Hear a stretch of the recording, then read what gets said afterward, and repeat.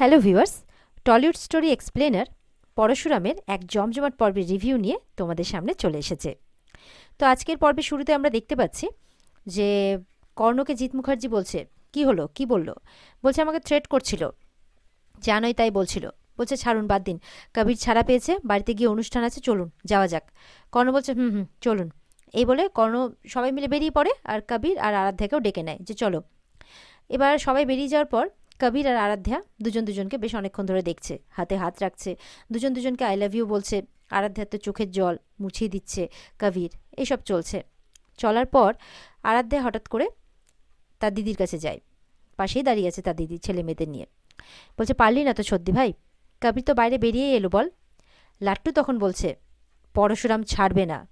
আর তখন কোথায় যায়, কবির একদম এই চুপ, একদম চুপ, এমনভাবে চুপ করতে বলে যে একদম ভয়ে কেঁপে ওঠে। তখন তটিনী কষে এক চড় মারে কবিরকে, আমার ছেলেকে থ্রেট করা, এত বড় সাহস! আরাধ্যা বলছে এটা কি করলি দিদি? বলে খবরদার, আঙ্গুল দেখিয়ে বলছে, আমার ছেলে মেয়েকে থ্রেট করতে যাতে না আসে তোর বর, সামলে নে। এরপরে কবির বলছে এত বড় সাহস আমার গায়ে হাত দিলে, নেক্সট টার্গেট তোমার ছেলে নয়, নেক্সট টার্গেট তুমি, সোজা তুলে নিয়ে যাব। আরাধ্যা শুনে অবাক হয়, কবিরকে বলছে চলো এখান থেকে চলো। বলে ছাড়বো না, কাউকে ছাড়বো না। এই বলে যখন বেরোচ্ছে তখন পরশুরাম সামনে আসে, বলে এই যে শিবপ্রসাদ গাঙ্গুলি, পারলে না তো, বাইরে বেরিয়ে এলাম তো, এবার ছাড়বো না, তোমাদের ওই 600 স্কোয়ার ফিটের বাড়িতে আগুন লাগবে, এবার সবকে শেষ করে দেবো। এইভাবে বলে চলে যাচ্ছে। তখন পরশুরাম পেছন থেকে বলছে বিমা কোম্পানির সামান্য কমিশন এজেন্ট বলে এইভাবে হেলা করবে না কিন্তু। তখন কবির ঘুরে দাঁড়ায়, বলে হ্যাঁ, জীবন বিমা করি, তাই এমন কোনো পলিসি করবে না যাতে পরে টাকা লস যায়। তো বলছে কি বলতে চাইছেন? বলে যে আমি জীবন বিমা করি, মানে সামান্য কমিশন এজেন্ট, তো খুব কমন ভেবে নেবেন না কিন্তু।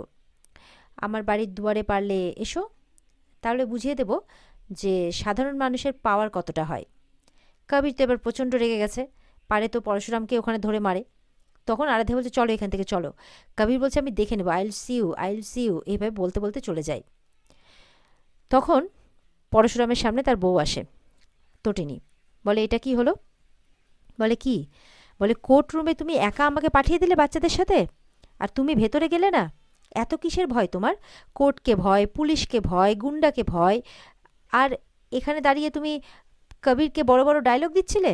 হুম, এতটা ভীতু তুমি, এতটা ভীতু কেন? কেন গেলে না তুমি বলো? চিৎকার করে বলছে তটিনী কোর্টের মধ্যে, কেন গেলে না? তখন পরশুরাম, মানে পরশুরামের ছেলে লাট্টু আর কি, তার মাকে যখন চুপ করতে বলছে, লাট্টুকে এমন ধমক দেয়, লাট্টু কেঁপে ওঠে পুরো। পিকও ভয় পাচ্ছে, মা রেগে গেছে প্রচুর। তখন বলছে তুমি একটা কাওয়ার্ড, তুমি একটা কাওয়ার্ড, এই বলে তটিনী বেরিয়ে যাচ্ছে। আর পিকোকে বলছে চল পিকো, লাট্টুর বাবার তরফদারি করে তো, তার বাবার সাথেই রেখেছে, পিকোকে নিয়ে চলে যায়, ওখান থেকে বেরিয়ে যায়। এরপরে মানে পরশুরাম বলছে আমি কাওয়ার্ড নই, এই বলে কিছু একটা ভাবছে। তখন লাট্টু বলছে কি ভাবছো পা? বলে কিছু না। আহ, বলে পা আমার খুব খিদে পেয়েছে। বলে খিদে পেয়েছে, চ আশেপাশে রেস্টুরেন্ট, একটা বাঙালি রেস্টুরেন্ট আছে, যাবি? বলে আসলে আজকে তো আমরা হেরে গেছি, তাই মনটা ভালো নেই, না হলে আমি, মানে কি খাবি যখন বলছে না হলে অন্য কিছু খেতে চাইতো আর কি। তখন তার পা বলছে মাংস ভাত খাবি? মাংস ভাতের নাম শুনে তো লাট্টু পুরো লাফিয়ে ওঠে একেবারে। বলছে মাংস ভাত, হ্যাঁ, কিন্তু মাম্মি আর মাম্মি তো রেগে চলে গেল। বলে চিন্তা করিস না, তোর মাম্মিকে আমি ঠিক মানিয়ে নেব। 250 টাকা করে প্লেট, 4টে 1000 টাকা, হ্যাঁ হয়ে যাবে, চল। এই বলে তো লাট্টু লাফাতে লাফাতে তার মাকে ডাকতে চলে যায়। পরশুরাম বলছে সামান্য কিছুতেই খুশি হয়ে যায় আমার ছেলে মেয়ে, এরকম সামান্যতেই খুশি হোস বাবা, এরকম সামান্যতেই আনন্দ পাস সারা জীবন। তোর বাবা তোকে আশীর্বাদ করছে যে সারা জীবন অল্পেতেই খুশি থাকিস, সন্তুষ্ট থাকিস। এদিকে আয়ুষী একদম লাফাতে লাফাতে বাড়ির লোককে খবর দিতে আসছে যে কবির ছাড়া পেয়ে গেছে। শুনে তো কবিরের পক্ষে যারা, আয়ুষী, আরাধ্যার মা, তারপরে আরও যারা আছে তারা খুব খুশি হয়ে যায়। তখন বলছে টিভিটা দাও, নিউজটা দেখবে। তখন এদিকে কিন্তু অবাক হয়ে যায় তটিনীর মা আর ভূমিকা। ভূমিকা বলছে কি দেখবে, হ্যাঁ কি দেখবে? যে ও পুলিশের গাড়িতে করে না এসে ওর বাবার দামি লাক্সারি গাড়িতে করে ফিরছে, এটা দেখবে? নাকি প্রেস মিডিয়া তাকে ছেঁকে ধরেছে, এইটা দেখবে? খুব মজা লাগছে না একটা ক্রিমিনাল ছাড়া পেয়েছে বলে?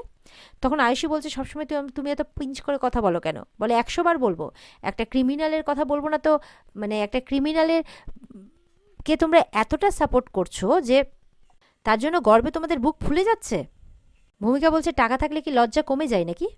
কি ভেবেছো, কি মনে করেছো? নাকি ভেবেছো টাকা দিয়ে সব কিছু ঢেকে রেখে দেবে? আরাধ্যার মা বলছে, দিদি ওকে কিন্তু মুখ সামলে কথা বলতে বলো, তটিনীর মাকে বলছে। তটিনীর মা বলছে, আমি কি চুপ করতে বলবো? ও তো আমার মুখের কথাগুলো কেড়ে নিয়ে নিজের মুখে বলছে। আরাধ্যার মা শুনে অবাক। তটিনীর মা বলছে, একজন ক্রিমিনালের সাথে আমাদের বাড়ির মেয়ের বিয়ে হয়েছে, তাদের রিপোর্টার ঘিরে ধরবে, তারপর তাদেরকে গাড়িতে তুলবে, তাতে কি সত্যিই তোমাদের খুব অহংকার হবে? প্রাচী বলছে, আমার খুব খারাপ লাগছে, লজ্জা লাগছে, আর দুঃখ লাগছে, মানে খুব কষ্ট হচ্ছে এটা ভেবে, মানে ছদ্দির জন্য, জিজুর জন্য, বাচ্চাগুলোর জন্য। তারা কত লড়েছে এই কেসটার জন্য। আয়ুষী বলছে, তুই কি চেয়েছিলি যে কবির জেলে চলে যাক, ওর সাজা হয়ে যাক? তখন ভূমিকারা বলছে, জেলে তো যেতেই হবে, আজ না হয় কাল সাজা তো হবেই। ভূমিকা বলছে, এত তাড়াতাড়ি শেষ হবে না, অন্যজন শেষ করতে চাইলেও একজন কিন্তু শেষ করতে দেবে না। তখন আরাধ্যার মা বলছে, কে? ভূমিকা বলছে, পরশুরাম। শুনে অবাক আরাধ্যার মা। আয়ুষী বলছে, তোমাদের পরশুরাম কোর্টেও পৌঁছয়নি। এই নাকি বলছিল রথের চাকা, মানে কর্ণের রথের চাকা মাটিতে মিশে গেছে। ও নাকি মানে তোমাদের সে রূপকথার নায়ক পালিয়েছে, কোর্টের চত্বরেই আসেনি। লাট্টুর সাহস তো তার থেকেও বেশি, লাট্টু তাও আইডেন্টিফাই করেছে। আর ওদিকে কাওয়ার্ড শিবপ্রসাদ গাঙ্গুলি, সে তো কোর্টরুমেই ঢোকেনি। তখন তটিনীর মা বলছে, বাজে কথা বলো না, সে খুব সাধারণ একজন মানুষ, খুব কষ্ট করে খেটে সে তার পরিবারে তার বউ বাচ্চাদের চালায় আর কি, তার সংসারটাকে চালায়। সে কোনোদিনও কোর্ট কাচারি পুলিশ থানা এসব দেখেছে নাকি? ও একটা বিমা কোম্পানির কমিশন এজেন্ট, ওকে এভাবে ছোট করো না। তো আরাধ্যার তরফে যারা, তারা বলছে, আজকে পার্টিটা কি হবে? আয়ুষী বলছে, অবশ্যই হবে, একটু পরে রেডি হতে যাব। তারপরে রেডি হওয়ার পর ওদিকে আরাধ্যাকে সাজাবো, তারপরে পার্টি হবে, খুব এনজয় করব, আজকে জমিয়ে মজা করব। আর তারপরে রাতে যখন ফুলসজ্জা হবে, সেই ফুলসজ্জার ছবি আমি তটিনী গাঙ্গুলিকে পাঠাবো।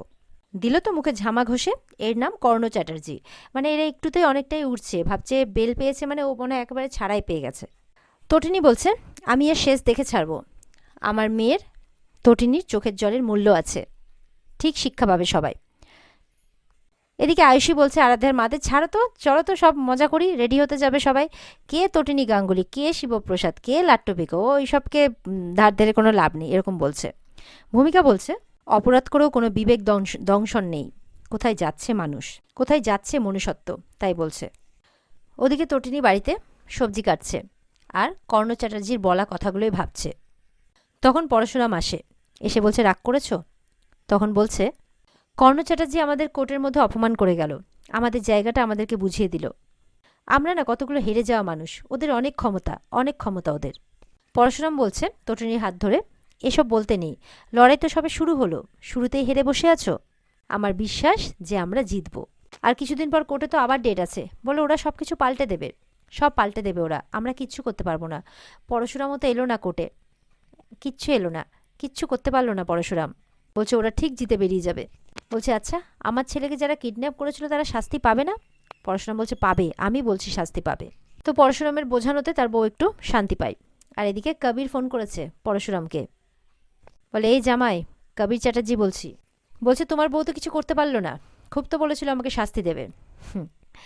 যাই হোক, বাড়িতে পার্টি আছে, একটু পরে রেডি হতে যাব, পারলে চলে এসো, এরকম পার্টি তো কখনো দেখোনি, কাঙালিদের জন্য আলাদা ব্যবস্থা করা আছে, এসে খেয়ে যেও। বলছে, কালকের পর থেকে কবির চ্যাটার্জি নামটা তোমাদের তাড়া করে ফিরবে। তখন কথা বলতে বলতে ওখানে আরাধ্যা আসে। আরাধ্যা বলছে, কার সাথে কথা বলছো? বলে, তোমার জামাইবাবুর সাথে। বলে, দাও না আমি কথা বলছি। তখন বলছে, জামাইবাবু চলে এসো, পুরো পরিবার কিন্তু চলে আসছে, তোমরাও এসো। তা তোমরা মুখ লুকিয়ে থাকবে নাকি? এইভাবে বলছে। তখন আরাধ্যা বলে চিৎকার করে ওঠে পরশুরাম, বলে, আরে রাগ করো না, চলে এসো, প্রেস মিডিয়া সবাই আসবে, তারাও দেখুক যে আমরা রাইভেল নই, আমরা মিলেমিশে সেলিব্রেট করছি। বলছে, কে কাকে কিডন্যাপ করেছিল ভুলে যাও না। পরশুরাম বলছে, আমার ছেলেকে কিডন্যাপ করা হয়েছিল, আমার ছোট্ট ছেলেকে কিডন্যাপ করা হয়েছিল, কে কাকে কিডন্যাপ করেছিল এটা বললে তো হবে না, আর ওটা ভোলাও যাবে না। আজকে তোমরা পার্টি করো, একদিন আমরা পার্টি করব, এই বলে ফোনটা কেটে দেয়। আরাধ্যা অবাক হয়ে থাকে। এদিকে তো কথা হয়ে যাওয়ার পর কবির তার বউকে বলছে, আমি তোমাকে খুব মিস করেছি, খুব ভালোবাসি তোমাকে। আরাধ্যা বলছে, আমিও তোমাকে খুব ভালোবাসি, খুব মিস করেছি। বলছে, তুমি আমার জন্য যা করেছো আমি কখনো ভাবতে পারিনি। কবির বলছে, কিন্তু যারা এমনটা করেছে তাদেরকে আমি ছাড়বো না। 10 দিন পর কোর্টের ডেট, আমি কোনো রিস্ক নেব না, তার আগে পরিবারটাকে জ্বালিয়ে দেব, তাই বলছে। আর আরাধ্যা চুপ করে শুনছে, তার যেন ভালোই লাগছে। এদিকে পরশুরাম বলরামকে ফোন করেছে, ফোন করে বলছে, 10 দিন পর কিন্তু কোর্টের ডেট, আমাদের এর মধ্যে যা করার করে নিতে হবে, কবির কিন্তু সাজা পাবেই। তখন বলছে হ্যাঁ কিন্তু তোরা কিন্তু সাবধানে থাকিস। বলে কেন? বলে কবির বেরিয়ে এসছে, ও কিন্তু বারবার করে থ্রেট করছে যে ও এই অনুষ্ঠানটা হয়ে গেলে ও কিন্তু পাগলের মতো তোদের পেছনে পড়ে যাবে। পরশুরাম বলছে কিচ্ছু করতে পারবে না, কারণ ও জানেই না যে আসল পরশুরাম কে আর কেন সে কোর্টে যায়নি। আর যেদিন পরশুরাম অ্যাপিয়ার করবে না, সেদিন ওই কর্ণ চ্যাটার্জি, জিৎ মুখার্জি আর কবির চ্যাটার্জি এদের পায়ের নিচ থেকে মাটি সরে যাবে, তাই বলছে। এই বলে ফোনটা রেখে দেয়। আর এখানে আজকের পর্ব শেষ হয়ে যায়। তো বন্ধুরা, এই ছিল আজকের পর্বের রিভিউ। ভালো লেগে থাকলে কমেন্ট করে অবশ্যই জানাবে, আর পর্বের বিস্তারিত দেখতে স্টার জলসার পর্দায় চোখ রাখবে, আর আমাদের সাথে জুড়তে অবশ্যই কিন্তু আমাদের চ্যানেলকে সাবস্ক্রাইব করবে।